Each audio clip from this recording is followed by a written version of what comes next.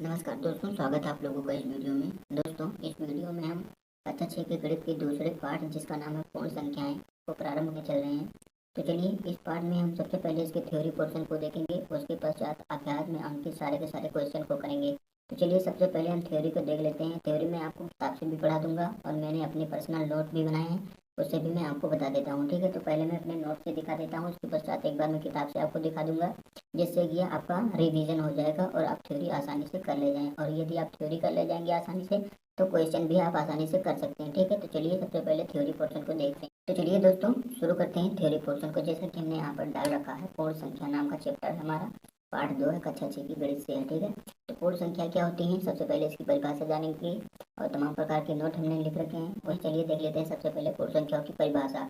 तो पूर्ण संख्याएं 0, 1, 2, 3, 4 पूर्ण संख्याएं हैं। 0 सबसे छोटी पूर्ण संख्या है, क्योंकि प्रत्येक पूर्ण संख्या से बड़ी पूर्ण संख्याएं होती हैं, अतः कोई भी पूर्ण संख्या सबसे बड़ी नहीं होती है। जैसा कि हमने आप लोगों को बताया था कि कोई भी प्राकृतिक संख्या सबसे बड़ी नहीं होती है, उसी प्रकार इसमें भी है कि कोई भी पूर्ण संख्या सबसे बड़ी नहीं होती है। हमने आपको बताया था कि प्राकृतिक संख्या सबसे बड़ी क्यों नहीं होती है, क्योंकि कोई भी प्राकृतिक संख्या सबसे बड़ी नहीं होती, क्योंकि उससे भी बड़ी अनुवर्ती उसकी उसकी अनुवर्ती संख्या होती है। ठीक है, जैसे मान लीजिए यहाँ पर हम देख लेते हैं। यहाँ पर मान लीजिए हमने और आपने मान लिया कि एक अरब जो है, एक अरब सबसे बड़ी संख्या है, प्रकृति संख्या है। ठीक है, मान लीजिए पूरी प्रकृति संख्या है एक अरब, लेकिन इसमें यदि हम एक जोड़ देंगे, इसकी अनुवर्ती बन जाएगी ना। जैसा कि हमने बताया था कि इसके आगे वाली संख्या ही इसकी अनुवर्ती होगी। तो एक अरब एक जब हो जाएगा, तो एक अरब और एक जो होगी वो इससे बड़ी होगी। तो इसी प्रकार पूर्ण संख्या में भी है कि एक अरब को यदि हम मान ले कि पूर्ण संख्या है एक अरब, तो इसकी ये सबसे बड़ी पूर्ण संख्या नहीं, क्योंकि इसकी अनुवर्ती भी एक संख्या होगी जो कि इससे बड़ी होगी। ठीक है, तो प्रत्येक संख्याओं की भांति ही पूर्ण संख्याएं भी सबसे बड़ी नहीं होती हैं। तो यहाँ पर हमने एक नोट लिख रखा है, उसको भी देख लेते हैं। नोट: दो क्रमागत संख्याओं का अंतर सदैव एक होता है। जैसा कि यदि आपको तीन क्रमागत संख्याएं लिखने के लिए बोल दे, तो आप 102, 104 और 108 नहीं लिख सकते हैं, क्योंकि देखिए इनके बीच का अंतर कितना है, इनके बीच का अंतर 2 का अंतर है। इनके बीच का अंतर कितना है, इनके बीच का अंतर 4 का है। जबकि यहाँ पर हमने नोट में क्या कह रहा है, नोट में कह रहा है दो क्रमागत संख्याओं का अंतर सदैव एक होता है। यदि दो संख्याएं आपको ज्ञात करनी है जो क्रमागत हो, तो उनके बीच का अंतर 101 होना चाहिए। ठीक है, तो जब मान लीजिए हमने तीन संख्याएं लिखी, 101, 102 और 103, तो यहाँ से आप देख सकते हैं कि इनके बीच का अंतर कितना है, इनके बीच का अंतर 1 है। और इनके बीच का अंतर कितना है, इनके बीच का अंतर भी 1 है। तो इस प्रकार ये तीनों संख्याएं क्रमागत संख्याएं होंगी। ठीक है, यदि तीनों के बीच 1-1 का अंतर है, तो ये क्रमागत संख्या होंगी। तो ये हो गया। तो देखिए, दूसरा नोट भी हमने इस पर लिख रखा है। तीन क्रमागत पूर्ण संख्याओं में पहली और तीसरी संख्याओं का योगफल का आधा बीच की संख्या होती है। ठीक है, जैसे कि हम मान लेते हैं, यहाँ पर हमने जो नोट पढ़ा है इसको हम आपको समझाते हैं। 4 और 5 और 6 है यहाँ पर। ठीक है, और यहाँ पर एक 8 और यहाँ पर हम एक 10 कर ले रहे हैं। ठीक है, और ये बीच वाली संख्या हमें नहीं पता कि यहाँ बीच में कौन सी संख्या आएगी, तो इसको हमें ज्ञात करने के लिए बताया गया है कि पहली और दूसरी संख्या का आधा जो होगा वो बीच वाली संख्या होगी। तो यहाँ पर आप देख सकते हैं 10 और प्लस ये अंतिम संख्या होगी, ये पहली संख्या होगी, इसका आधा यानी 1/2 आप इसका। ठीक है, तो 10 8 18 हो गया, और 18/2 आप जब करेंगे तो इसका काटेंगे तो 9 आ जाएगा। तो यहाँ पर 9 भरा जाएगा। ठीक है, तो इस प्रकार हम बीच वाली संख्या को भी ज्ञात कर सकते हैं। ठीक है, यही हमारे इस नोट में कहा गया था, तीन क्रमागत पूर्ण संख्याओं में पहली और तीसरी संख्याओं के योगफल का आधा बीच की संख्या होती है। ठीक है, तो चलिए अब देखते हैं आगे वाले नोट में हमने क्या लिख रखा है। तो आगे वाले नोट में लिखा है, दो पूर्ण संख्याओं का योगफल सदैव पूर्ण संख्या होती है।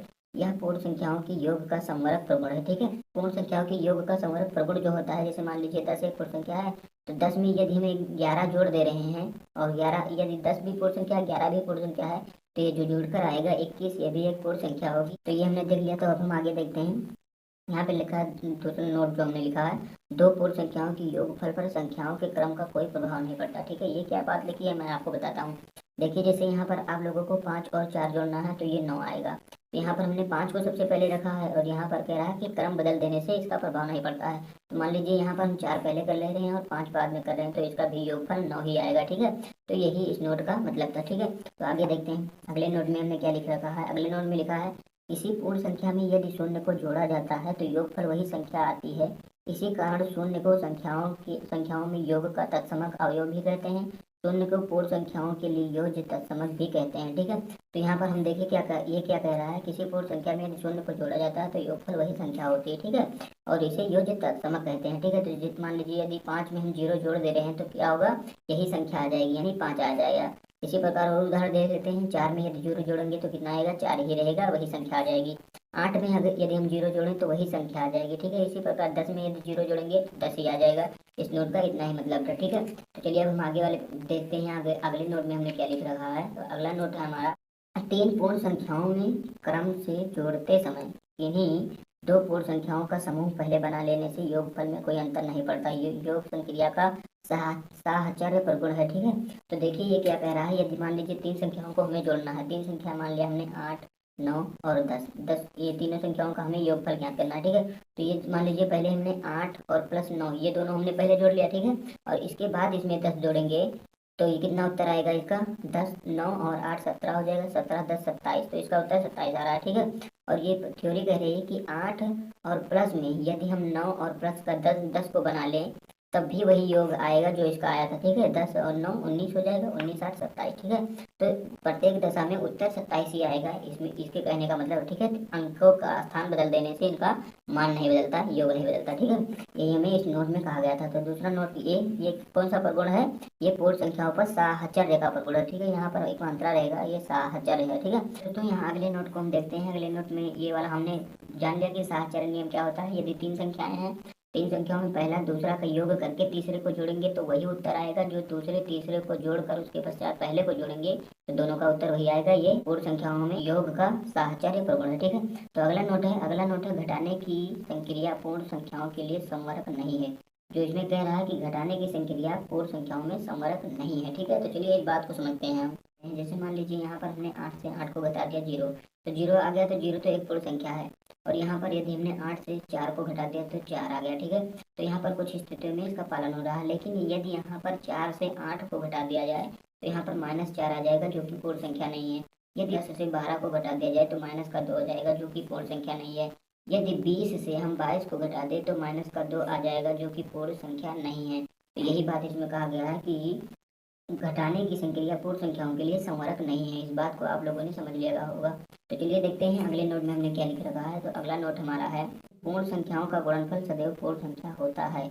यह गुणन संक्रिया का संवरक प्रगुण है, ठीक है। कह रहा है यदि दो संख्याओं का गुणनफल भी एक पूर्ण संख्या होती है, यानी दो पूर्ण संख्याओं का गुणनफल एक पूर्ण संख्या होगी। मान लीजिए ये 5 एक पूर्ण संख्या है और 4 भी पूर्ण संख्या है, तो इसका जब हम गुणा करेंगे तो आने वाली संख्या जो 20 होगी ये भी एक पूर्ण संख्या होगी। यहाँ पर मान लीजिए 4 और गुणे 5, ये यदि दोनों ये 4 और 5 दोनों अगर पूर्ण संख्याएं हैं तो इनका गुणा करेंगे तो गुणनफल भी पूर्ण संख्या होगी, ठीक है। तो यही बात इसमें लिखा गया है। आगे लिखा है पूर्ण संख्या युग्म में उनके क्रम को बदल देने पर भी गुणनफल समान होता है। इसे गुणन संक्रिया का क्रम विनिमय नियम कहते हैं, ठीक है। नियम कहते हैं, जैसा कि हमने आप लोगों को यहाँ बताया। यहीं पर आप लोग क्रम विनिमय नियम समझ सकते हैं। 5 गुणे 4 बराबर 20 होता है। 5 पहले था और 4 बाद में था, और यहाँ पर 4 बाद में है, 5 बाद में है, तो इसके उत्तर पर इसका कोई प्रभाव नहीं पड़ रहा है, यानी क्रम का कोई प्रभाव इस पर नहीं पड़ रहा है। तो इसलिए देख सकते हैं आप, अंकों का स्थान पहले 5 था, उसमें 4 से गुणा किया 20 आया, और 4 में भी 5 से गुणा करने पर 20 आया। 5 यहाँ पहले था, 5 यहाँ बाद में है, दोनों पर भी उत्तर 20 ही 20 आ रहा है। तो इसलिए क्रम का इस पर कोई प्रभाव नहीं पड़ रहा है। इसलिए हम कह सकते हैं पूर्ण संख्याओं के गुणनफल संक्रिया पर संख्याओं का स्थान निर्भर नहीं करता है। इसको हम गुणन का क्रम विनिमय प्रगुण कहते हैं, जैसा कि हमने यहाँ पर आप लोगों को बताया। तो अगला नोट है, किसी पूर्ण संख्या और शून्य का गुणनफल सदैव शून्य होता है। मान लीजिए कोई पूर्ण संख्या है, यहाँ पर हमने माना कोई पूर्ण संख्या 10 है, इसमें यदि आप शून्य से गुणा करेंगे तो शून्य ही प्राप्त होगा। यहाँ पर यदि 20 है तो यहाँ पर भी 20 है, तो गुणा करेंगे 0 से तो 0 ही प्राप्त होगा, ठीक है।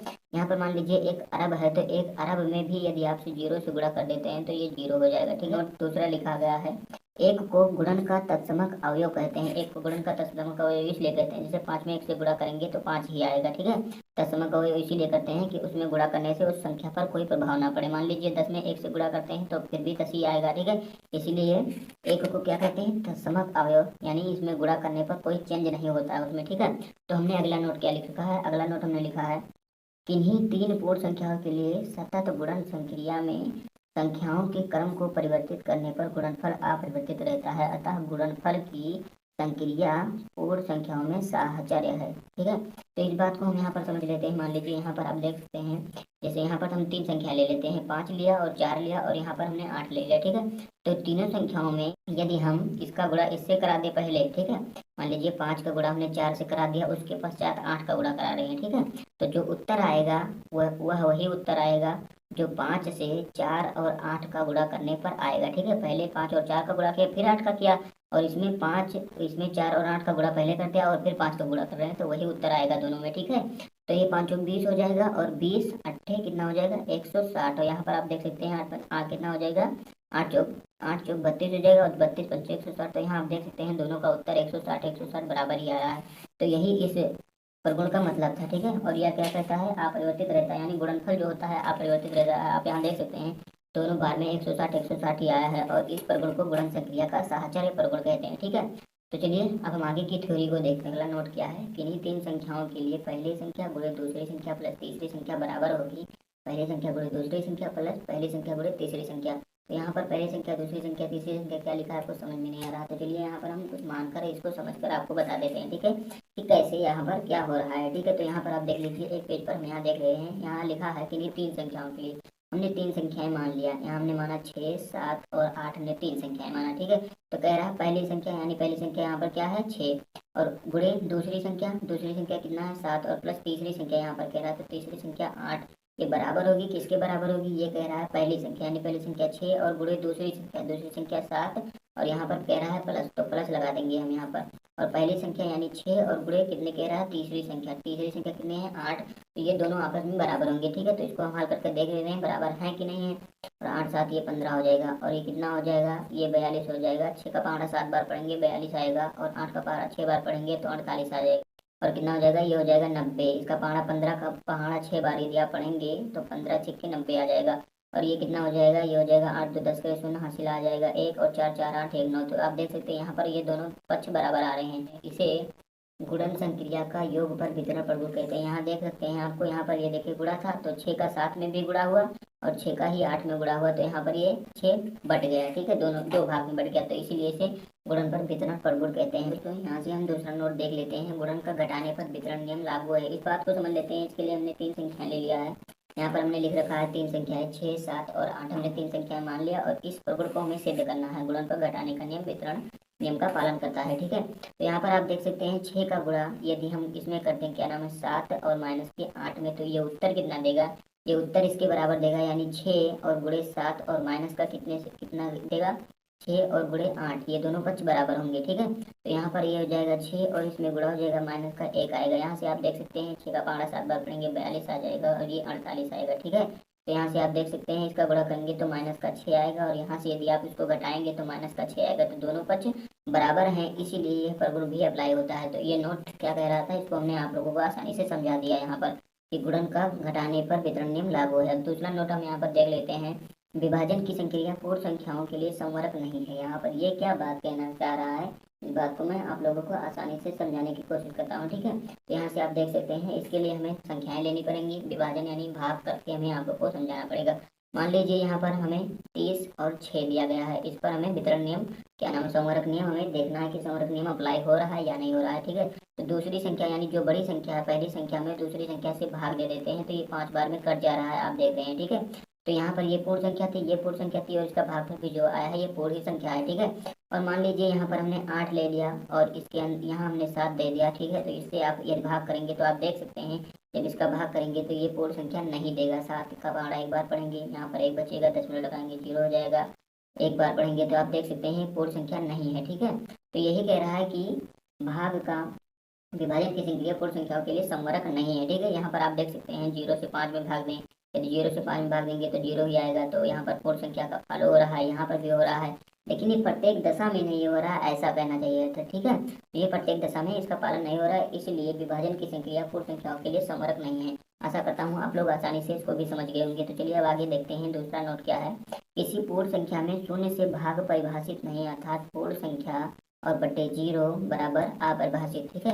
यहाँ पर क्या कहा गया है, पूर्ण संख्या मान लीजिए यहाँ पर यदि हमने कोई भी पूर्ण संख्या ले लिया, यहाँ पर मान लीजिए 5 ले लिया और बटा 0, इसको करेंगे तो अपरिभाषित आ जाएगा। इसको हमने आप लोगों को बताया था कि ये अपरिभाषित का चिन्ह है, या इसे अनंत भी कहते हैं, ठीक है। अपरिभाषित आता है, ठीक है। यदि किसी पूर्ण संख्या में 0 से भाग देते हैं तो कितना आएगा अपरिभाषित, और यदि 0 में किसी पूर्ण संख्या से भाग देंगे तो 0 आ जाएगा, ठीक है। आशा करता हूँ आप लोग ये आसानी से समझ गए होंगे। तो चलिए देखते हैं अगला नोट हमने क्या लिख रखा है। तो अगले नोट में है, यहाँ देखिए किसी पूर्ण संख्या में 1 से भाग देने पर भागफल सदैव वही संख्या प्राप्त होती है। ये बात क्या लिखी है, ये बात लिखा है कि 20 में यदि 1 से भाग देंगे तो यही संख्या प्राप्त होगी, यानी 20 ही प्राप्त होगी। यहाँ 10 में यदि 1 से भाग देंगे तो यहाँ 10 ही प्राप्त होगा, यही ये कह रहा है, ठीक है। तो चलिए अब अगला नोट भी देखते हैं। शून्य में किसी शून्येतर पूर्ण संख्या से भाग देने पर भागफल सदैव शून्य प्राप्त होता है। ठीक है, यहाँ पर कह रहा है शून्य में किसी शून्येतर मतलब शून्य में शून्य को छोड़कर, यानी शून्येतर मतलब शून्य को छोड़कर 5, 6 किसी भी पूर्ण संख्या से यदि आप भाग देते हैं तो ये शून्य ही आएगा। ठीक है, यदि शून्य में आप 10 से भाग दें फिर भी शून्य ही आएगा, और शून्य में आप 1 अरब से भाग दें फिर भी शून्य ही आएगा। ठीक है, तो यही बात इस नोट में लिखा है। तो चलिए अब अगला नोट देखते हैं, आप ये भी समझ गए होंगे। ठीक है, तो अगले नोट में क्या लिखा है, किसी शून्येतर पूर्ण संख्या में उसी पूर्ण संख्या से भाग देने पर भागफल सदैव एक आता है। मान लीजिए किसी शून्येतर पूर्ण संख्या हमने मान लिया वो 10 है, और 10 से ही उसी संख्या में भाग देंगे तो हमेशा भागफल एक ही आएगा। यहाँ पर 20 में यदि 20 से भाग दें तो यहाँ पर भागफल जो है एक ही आएगा। और यहाँ पर एक मान लीजिए 50 से 50 में दें तो भाग कितना आएगा, भागफल एक ही आएगा। 1 में 1 से भाग दें तो एक ही आएगा, यही बात ये कह रहा है नोट। ठीक है, अब हम देखते हैं एक नज़र में पूर्ण संख्या है, तो इसका क्या मतलब है, इस हेडिंग का क्या मतलब है। इस हेडिंग का मतलब है जो हमने पढ़ा है इस पूरे थ्योरी पोर्शन को अभी पूर्ण संख्याओं में, इसको हम एक नज़र में ही देख लेंगे। ठीक है, तो देखिए पहला बिंदु है, क्रम से एक के बाद एक आने वाली संख्याएं क्रमागत संख्याएं कहलाती हैं। जैसा कि हमने बताया कि क्रमागत संख्याओं के बीच का अंतर एक ही होता है। जैसे हमने माना था 101, 102, 103, तो ये क्रमागत संख्याएं हैं। आप यहाँ से यहाँ इसके बीच के अंतर को देख सकते हैं, एक है, इसके बीच के भी अंतर को देख सकते हैं कि एक ही है। ठीक है, तो एक एक का अंतर है, इनके बीच देख सकते हैं आप।